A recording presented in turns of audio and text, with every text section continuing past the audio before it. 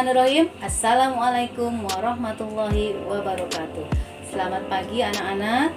Hari ini kita masih dipertemukan oleh Allah untuk mengikuti kegiatan pembelajaran hukum maritim dan peraturan perikanan bersama Ibu Saadah, guru nautika kapal penangkap ikan. Anak-anak, pada kesempatan ini kita masih diharuskan untuk melakukan kegiatan BDR, belajar dari rumah, pembelajaran jarak jauh. Untuk itu, stay safe, stay healthy, dan stay at home. Baiklah, tidak lupa Ibu ingin mengingatkan terkait melakukan protokol COVID-19, yaitu melaksanakan 3M. Yang pertama adalah menggunakan masker, yang kedua adalah menjaga jarak dan menjauhi kerumunan, yang ketiga adalah selalu mencuci tangan dengan menggunakan sabun. Anak-anakku sekalian, pada kesempatan kali ini, sebelum kita melakukan pembelajaran, marilah kita bersama-sama berdoa menurut kepercayaannya masing-masing. Berdoa dipersilahkan. Berdoa selesai. Amin, amin ya robbal alamin. Baiklah anak-anak, pada kesempatan kali ini materi kita terkait dengan wilayah pengolahan perikanan Republik Indonesia dan daerah penangkapan ikan. Anak-anakku, tujuan dari pembelajaran kali ini adalah diharapkan kalian dapat memahami tentang wilayah pengolahan perikanan, memahami tentang pembagian wilayah pengolahan perikanan, kemudian kalian memahami tentang jalur-jalur penangkapan ikan, yang terakhir diharapkan kalian dapat melakukan pembagian jalur-jalur penangkapan ikan. Anak-anakku, ada yang tahu tentang wilayah pengolahan perikanan?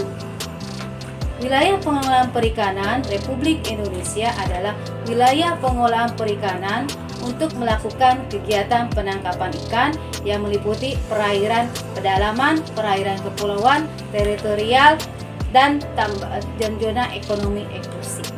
Ada yang tahu tentang jalur-jalur penangkapan ikan? Jalur-jalur penangkapan ikan dalam suatu negara harus diatur dalam suatu hukum. Begitu juga jalur-jalur penangkapan yang ada di Indonesia. Jalur-jalur penangkapan ikan di wilayah pengolahan perikanan negara Republik Indonesia adalah wilayah perairan yang merupakan bagian dari wilayah pengolahan perikanan Republik Indonesia atau WPPNRI. Tujuan dari pembagian wilayah Indonesia atau jalur-jalur penangkapan ikan, tujuannya adalah yang pertama untuk mewujudkan pemanfaatan sumber daya ikan yang bertanggung jawab, optimal dan berkelanjutan. Sedangkan tujuan yang kedua adalah untuk mengurangi terjadinya konflik pemanfaatan sumber daya ikan berdasarkan prinsip pengelolaan sumber daya ikan. Anak-anakku, pembagian jalur penangkapan ikan di Indonesia terbagi menjadi 3. Yang pertama adalah jalur penangkapan ikan 1, jalur penangkapan ikan 2, dan jalur penangkapan 3.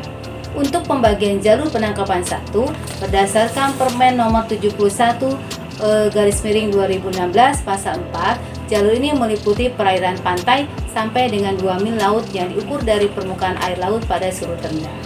Selain itu, pada jalur ini juga meliputi perairan pantai di luar 2 mil laut sampai dengan 4 mil laut. Kemudian, jalur penangkapan ikan 2 adalah meliputi perairan di laut jalur penangkapan ikan 1 sampai dengan 12 mil laut diukur dari permukaan air laut pada surut terendah.